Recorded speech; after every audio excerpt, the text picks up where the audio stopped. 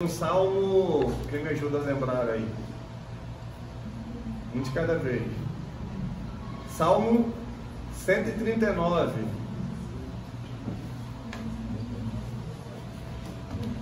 Aliás, nós vamos dar continuidade, né? Já é a segunda vez que a gente vem aqui, é a terceira, né? E vamos dar continuidade então à exposição deste salmo, o salmo que está no número 139.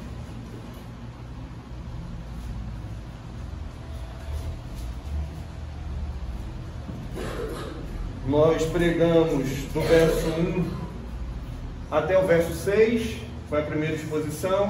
Depois, a última vez que nós estivemos aqui, tivemos a oportunidade de expor do verso 7 até o verso 12. Hoje nós faremos a exposição do verso 13 até o verso 18, ok?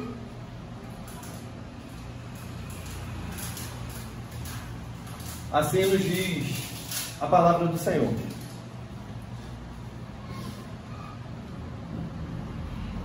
Pois tu formaste o meu interior, tu me teceste no seio de minha mãe. Graças te dou, visto que por modo assombrosamente maravilhoso me formaste. As tuas obras são admiráveis, e a minha alma o sabe muito bem. Os meus ossos não te foram cobertos, quando no oculto fui formado e entretecido como nas profundezas da terra. Os teus olhos me viram a substância ainda informe, e no teu livro foram escritos todos os meus dias, cada um deles escrito e determinado, quando nenhum deles havia ainda. Que preciosos para mim, ó Deus, são os teus pensamentos, e como é grande a soma deles! Se os contasse, excedem os grãos de areia. Contaria sem jamais chegar ao fim. Há aqui neste salmo um calor devocional assim fantástico, maravilhoso. Esse salmo ele é originário de uma alma apaixonada, uma alma sedenta, apaixonada pelo Senhor.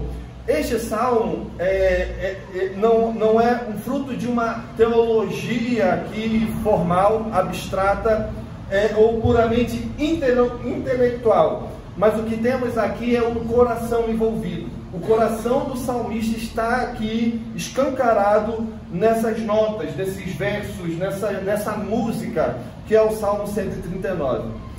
A referência a este salmo é aplicada a quem? A Davi. E olha que interessante, 2 Samuel, capítulo 23, verso 21, nós temos escrito o seguinte: Davi, filho de Jessé, o ungido do Deus de Jacó, é o mavioso ou o harmonioso salmista de Israel.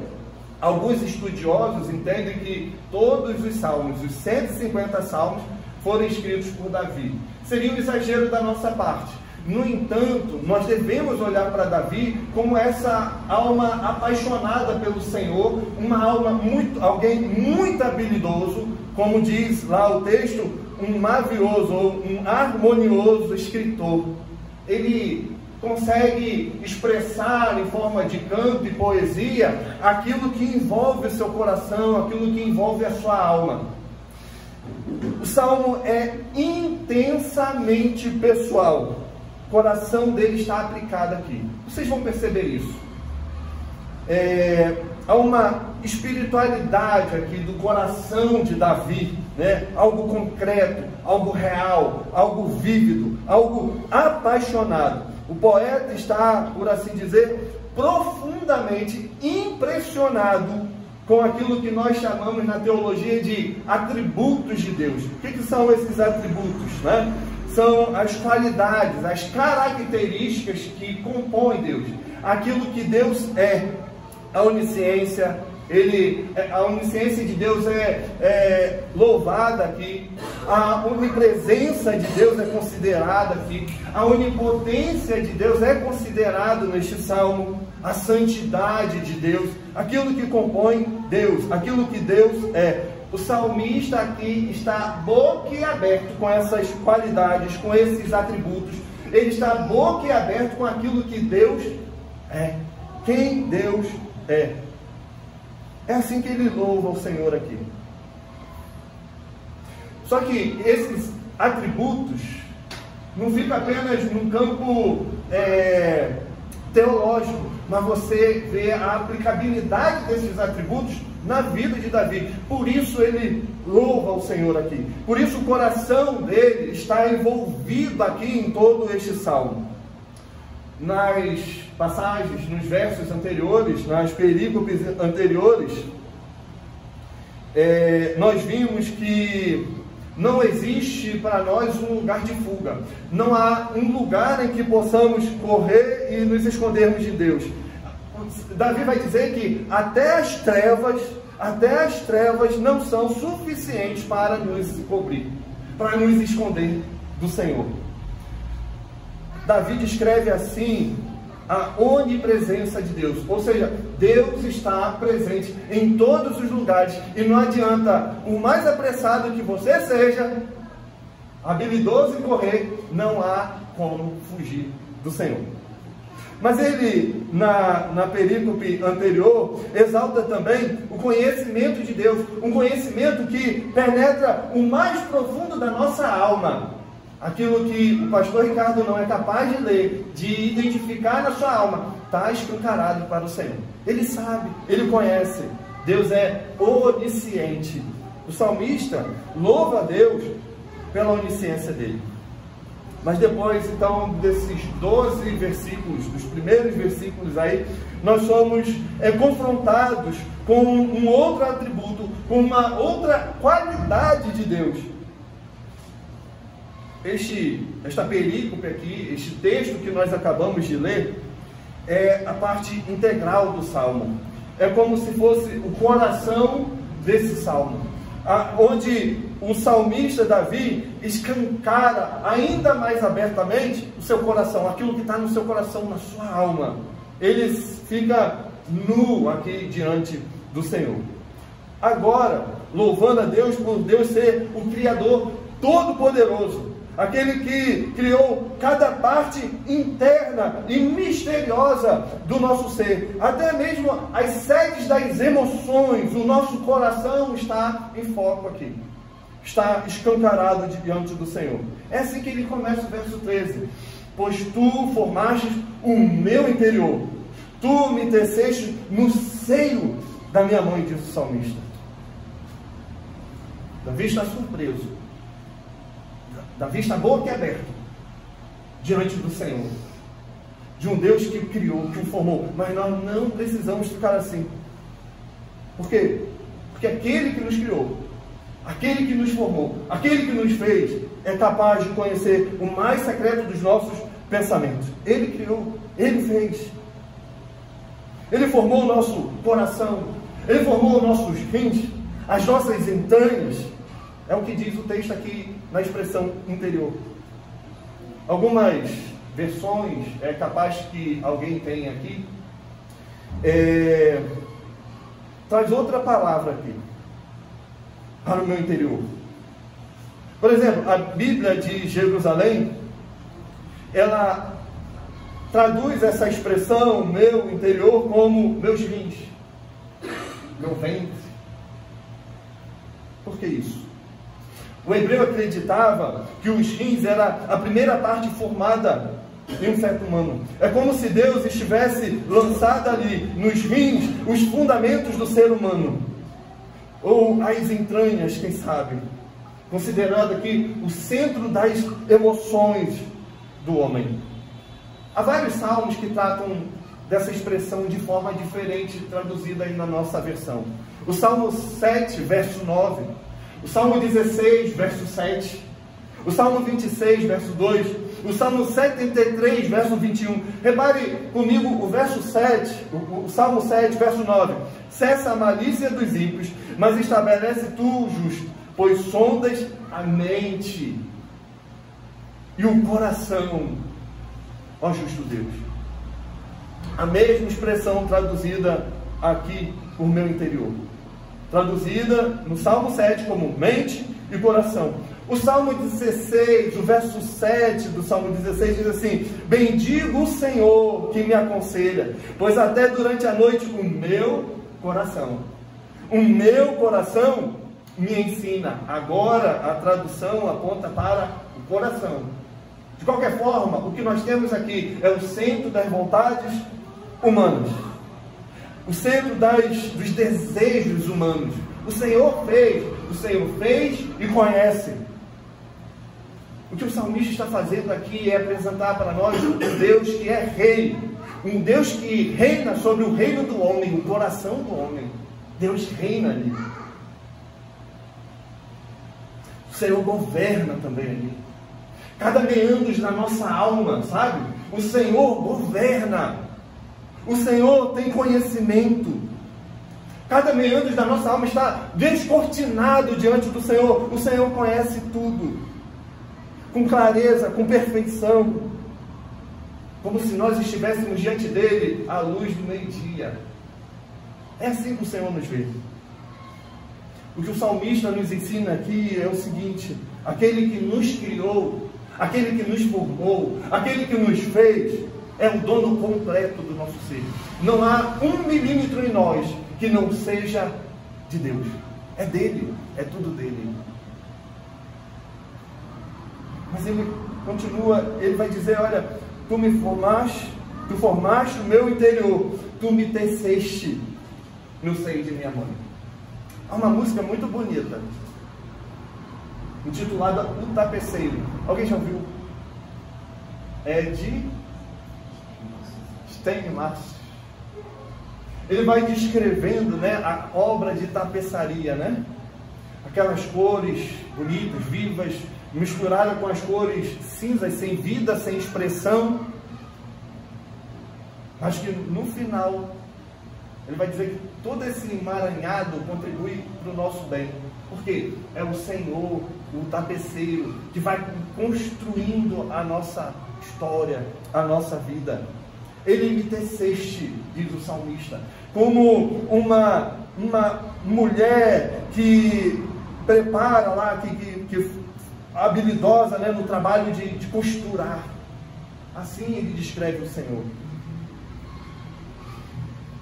É como se Deus tivesse costurado todas as partes do ser de Davi aqui no ventre da sua mãe. O Senhor lá, costurando, desenhando, tecendo. Essa é a ideia aqui de tecer. Significa entrelaçar como uma tela. A ideia aqui é figurativa. A ideia de cobrir, a ideia de unir, a ideia de fixar. Deus é um habilidoso construtor de todo o nosso ser, toda a nossa vida.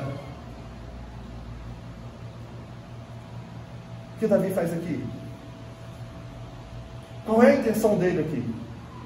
A intenção dele aqui é retratar o poder divino como o agente da sua própria formação, como o agente que nos formou, aquele que costurou cada meandro da nossa alma, aquele que traçou fios, deu nós, pontos, nos formando quando não tínhamos forma alguma. Essa é a ideia de Davi. Davi vive entre os anos 1900 a.C. Pois bem, nós estamos em pleno século 21. E os cientistas afirmam que o corpo humano é tecido por bilhões e bilhões, talvez trilhões de células. É um valor que ninguém pode contar.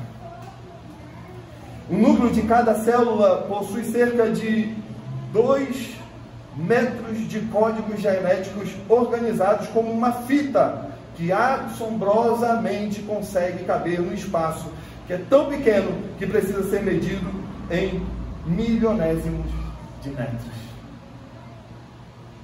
Mas ainda assim, a ciência não consegue responder essa questão. E Davi responde: é Deus. O Deus Todo-Poderoso, aquele que nos criou, aquele que nos formou, é o Senhor. O alvo aqui de Davi é que percebamos aqui que nós fomos formados de uma maneira prodigiosa. É Davi. Nós fomos formados de uma maneira prodigiosa. Nós fomos formados de uma maneira planejada. Para quê? Para despertar temor, para despertar admiração, de modo que nós rompêssemos aqui em louvor ao Senhor, em adoração ao Senhor, como o nosso Criador, aquele que nos formou, o Deus Todo-Poderoso, fez tudo conforme a sua vontade. Ele nos criou. Não é uma força aqui impessoal, mas o Deus onipotente que forma. Essa é a ideia que Davi quer expressar para nós aqui. Aquele que é o Criador do céu e da terra, também é o autor da nossa criação. Nós fomos cuidadosamente construídos.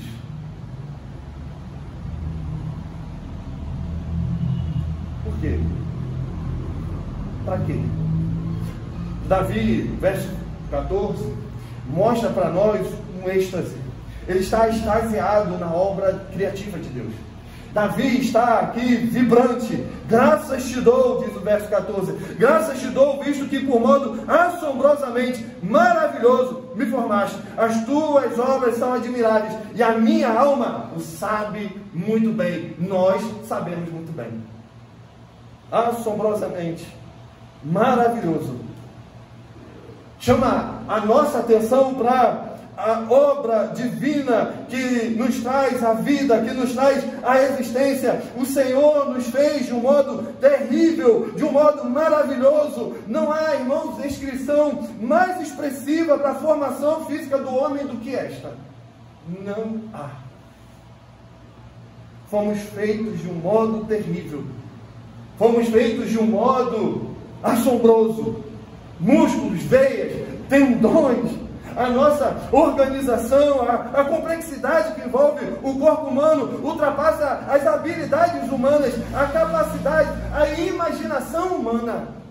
O Senhor nos forma assim. Alguém disse: são maravilhosos, são admiráveis, são convenientes para atrair a nossa atenção para Deus. Devem nos conduzir à admiração, à veneração, sabe? O tributo, o louvor ao Senhor. A glória de Deus. A glória do Senhor.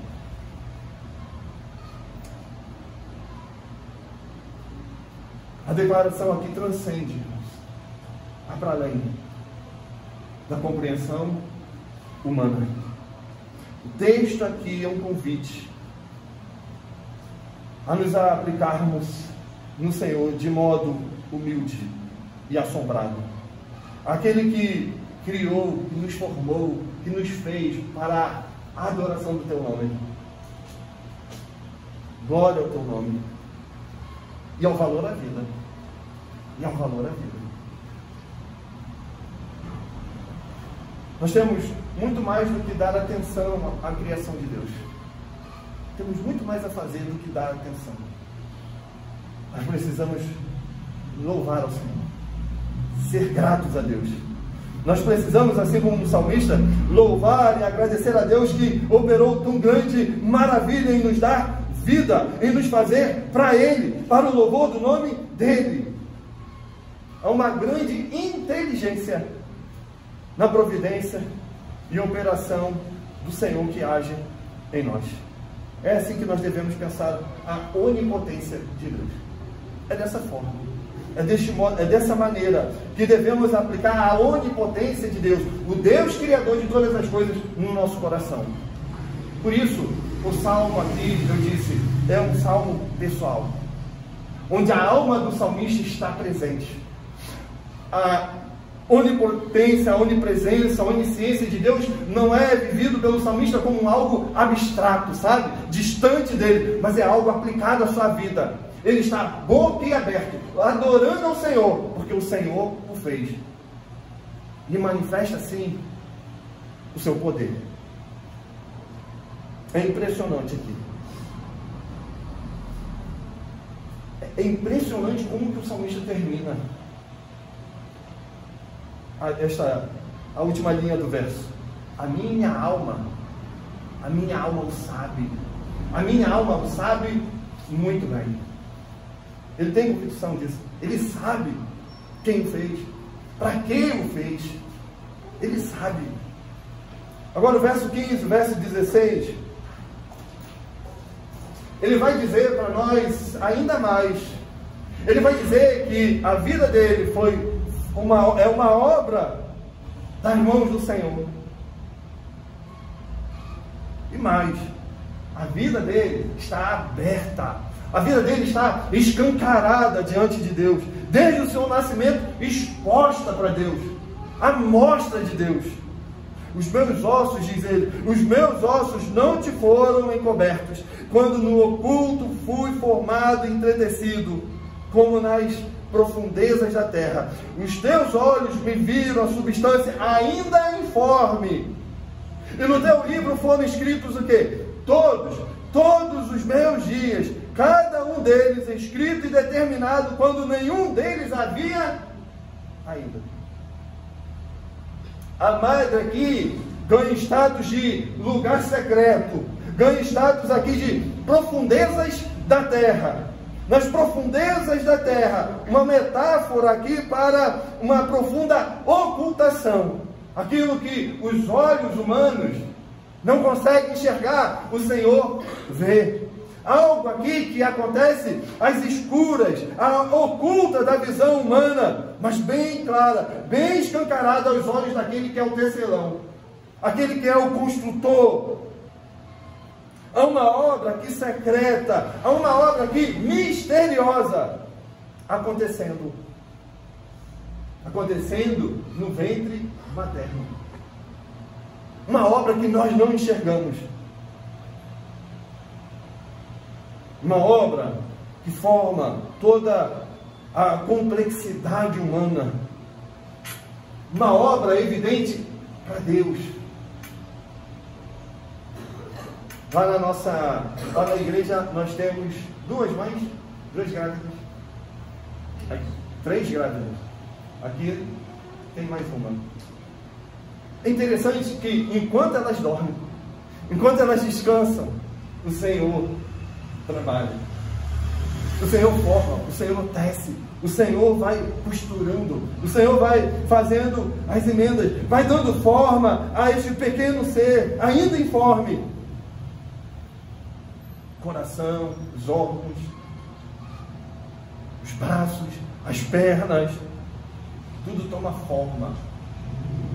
Nós não vemos, mas o Senhor sabe, conhece. O Senhor é o agente de toda essa operação. Ele está presente nesta obra. Olha isso.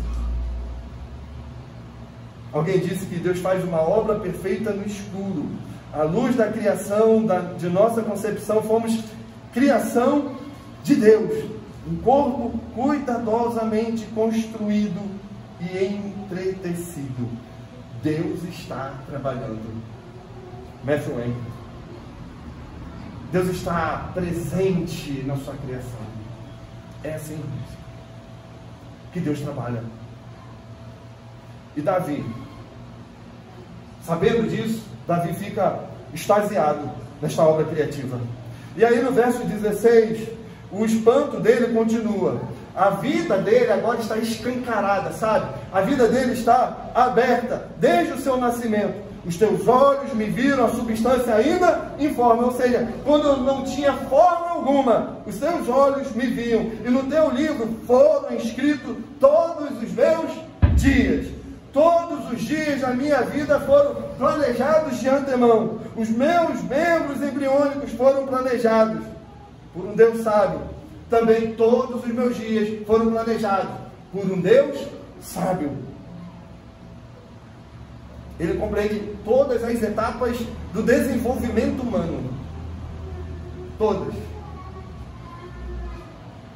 Formação pré-natal, Deus sabe. E o nosso fim? O nosso fim, Deus sabe. Deus conhece. E tudo planejado. Tudo muito bem pensado. Desde o começo até o fim. Deus conhece a história da sua vida. Cada ponto, cada situação, cada experiência, todas elas estão descortinadas diante do Senhor. Isso pode nos encher o coração de paz, mas também de tormento. Paz por saber que nas minhas dificuldades, nos momentos de aflição, nos momentos de tormenta, nos momentos de angústia, Deus sabe. Ele sabe, Ele está presente, Ele vê, Ele tudo conhece. O problema é que os nossos pecados, daqueles mais íntimos, o Senhor que nos fez, também conhece. E tudo isso vem se desenvolvendo, se desenrolando na nossa história diante de Deus. É assim que devemos encarar e aplicar a soberania de Deus, a onisciência de Deus, sobretudo, aplicar ao nosso coração também o poder de Deus que nos fez para Ele. O texto aqui fala de um registro escrito, né?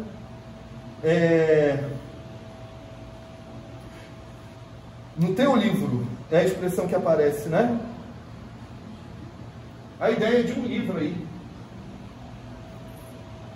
Será que é porque Deus precisa olhar para o livro e relembrar aquilo que foi feito, foi prometido, foi designado para nós, a fim de que aquilo se cumpra?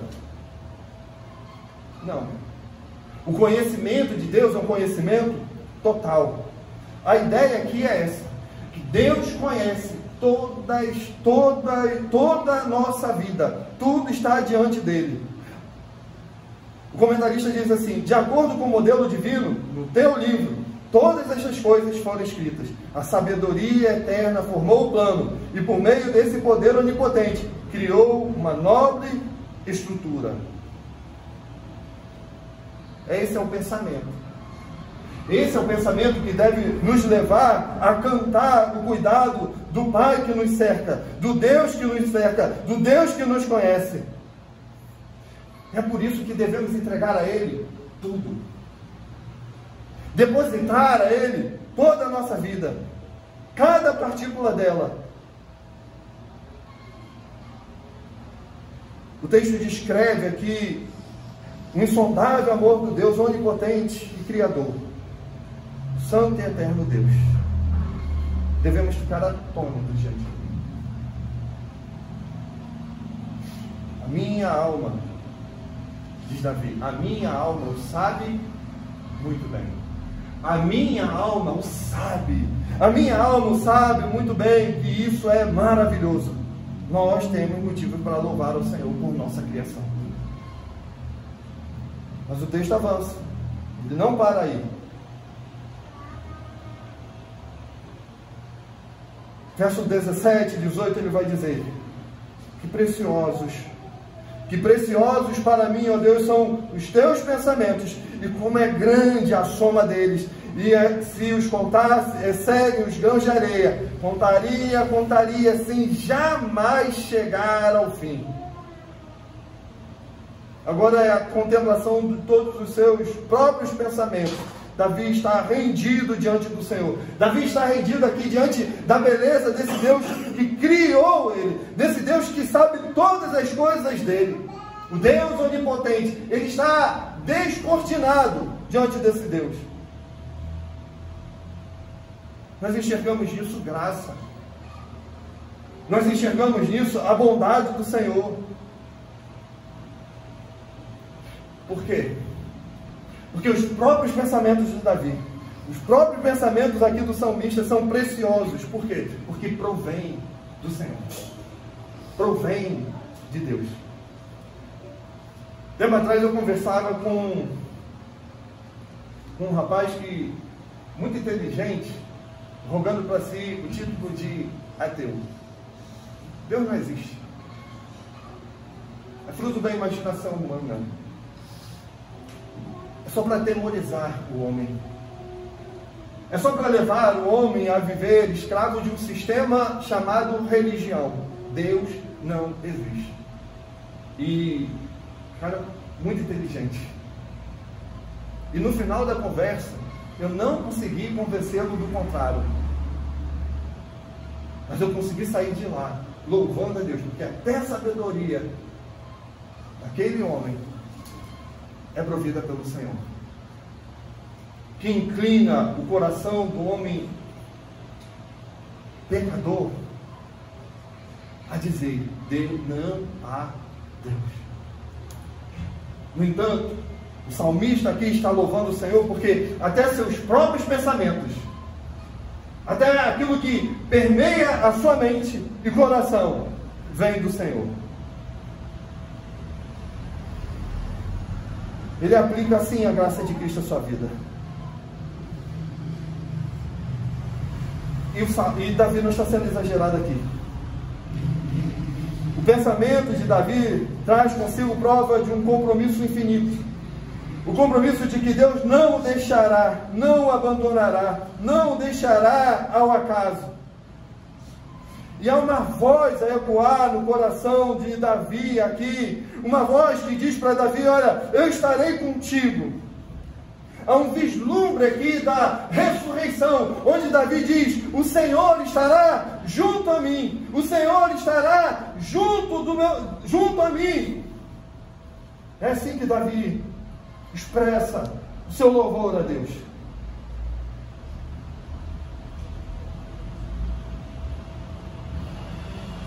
Informado, entretecido,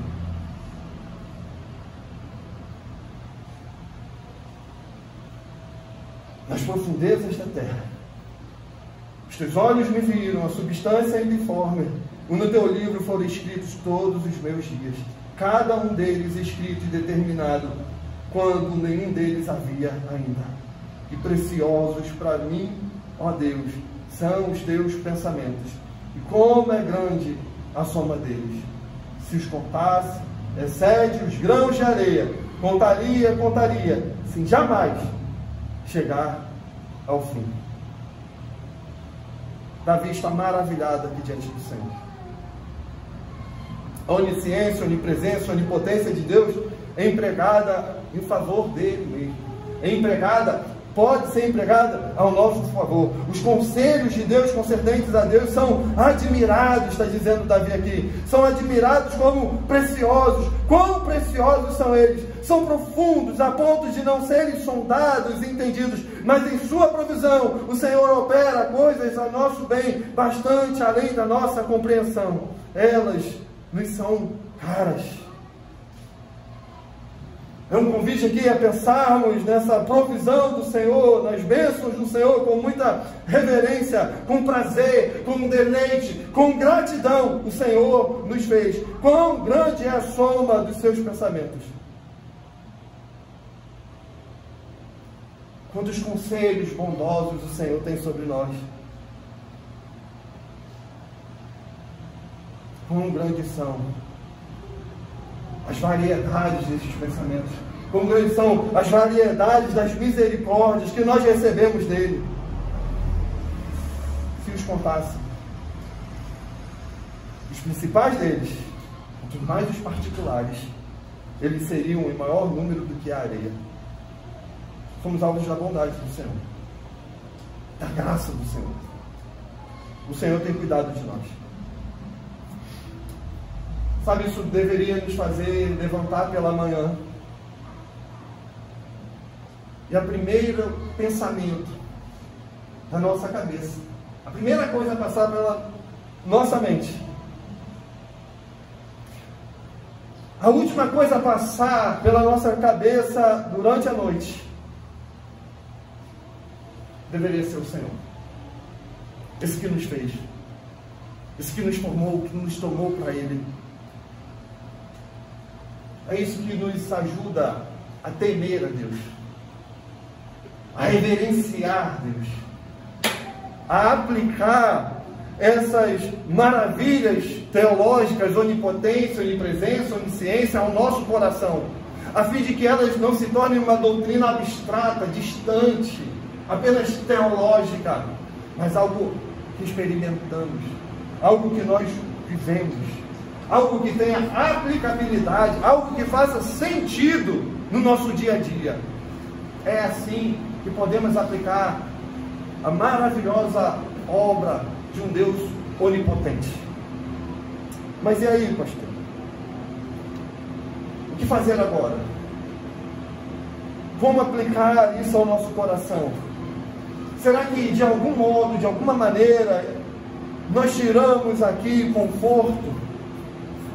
Quer saber? A minha alma, diz Davi, a minha alma sabe muito bem. A minha alma sabe que eu fui formado pela providência de Deus do jeito que nós somos, do jeitinho que nós somos.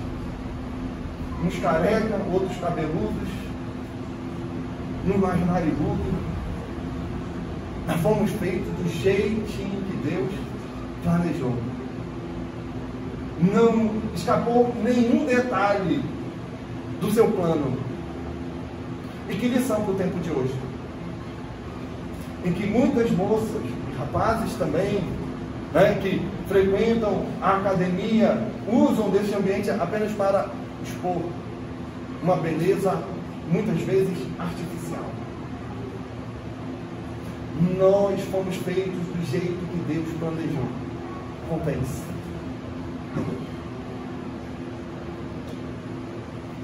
A gente não precisa viver esse pensamento doentio deste mundo que diz, olha, eu preciso consertar isso, eu preciso ajeitar aquilo. Nós fomos feitos do jeito que Deus planejou. Não importa a forma. Não importa. Lembre-se, Deus tem os seus propósitos. Mas o que mais, pastor? De que forma este salmo pode servir para o meu conforto e consolo? De que forma eu posso aplicar este salmo ao meu coração? A minha alma sabe muito bem, diz o salmista. A minha alma sabe muito bem que no livro divino, no conselho da sua santa vontade, todas as coisas foram formadas por Deus com um propósito. O seu corpo é para o Senhor como algo extraordinário. O desenho do seu corpo foi feito para o louvor do Senhor e de um modo maravilhoso, assombroso. E mais ainda, todos os seus dias, tudo aquilo que acontece no decurso da sua vida, tudo isso está planejado por um Deus sábio.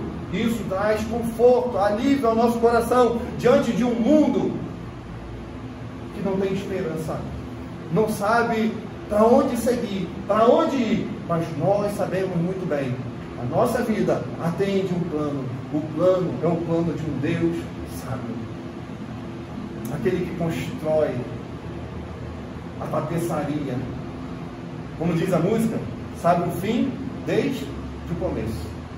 Pode estar passando pela aflição que for. O momento pode ser o mais trágico. Saiba de uma coisa: Deus não perde o controle. Todos os momentos, toda a sua vida, foi uma vida planejada por um Deus, sabe, que não erra. Davi diz mais para nós. Esse salmo serve de consolo porque a nossa alma sabe muito bem que o Deus poderoso conhece cada meandro da nossa alma. Ele sabe dos nossos pecados. Ele sabe das nossas limitações. Ele sabe onde muitas vezes vacilamos. E ainda assim, na sua sabedoria, atrai a nossa atenção a Cristo Jesus. Deus que é sábio. A sabedoria escancarada a nós. O Deus onipotente que nos ama com um amor tão grande, que lança a luz de Cristo nas trevas do nosso coração, entretecendo, construindo cuidadosamente a plena reconciliação com Ele. Um Deus sábio, o onipotente Deus, nos deu o seu próprio Filho, para que pudéssemos receber perdão por nossos pecados. Que obra é esta? Que Deus é este? Senão um Deus sábio. Nesta obra, Deus não sofre decepção. Quando Ele nos escolhe em Cristo Jesus, antes mesmo da fundação do mundo, Ele põe em exercício o seu plano de reunir para Ele um povo. E a nossa alma pode descansar, porque nós sabemos muito bem. A mesa aqui exposta é a mesa para aqueles que, assim como Davi, sabem, a minha alma sabe muito bem. A mesa aqui é a mesa do nosso Senhor e Salvador Jesus Cristo. É a mesa daquele que sofreu o seu inferno, sofreu a sua morte. É a mesa daquele que nos dá vida, segurança eterna. Nós sabemos muito bem que mesa é esta. Se você o sabe, se você, assim como Davi, tem esta convicção, esta mesa é para você. Não deixe de participar. A mesa não é a mesa da Igreja Presbiteriana do Brasil. Essa mesa é a mesa do nosso Senhor e Salvador Jesus Cristo. E convido a todos aqueles que estão em plena comunhão nas suas igrejas a participar dela. A todos aqueles que sabem muito bem em sua alma o grande sacrifício que foi feito por ela, por nós. Nós temos aqui pão e vinho. Vai continuar sendo pão e vinho, mas de uma forma misteriosa e espiritual. O nosso Senhor e Salvador Jesus Cristo está junto a nós. Participemos dessa mesa com santa reverência, com expressão de culto, temor e tremor diante daquele que nos fez para Ele, a glória e o louvor do nome dele. Vou pedir aos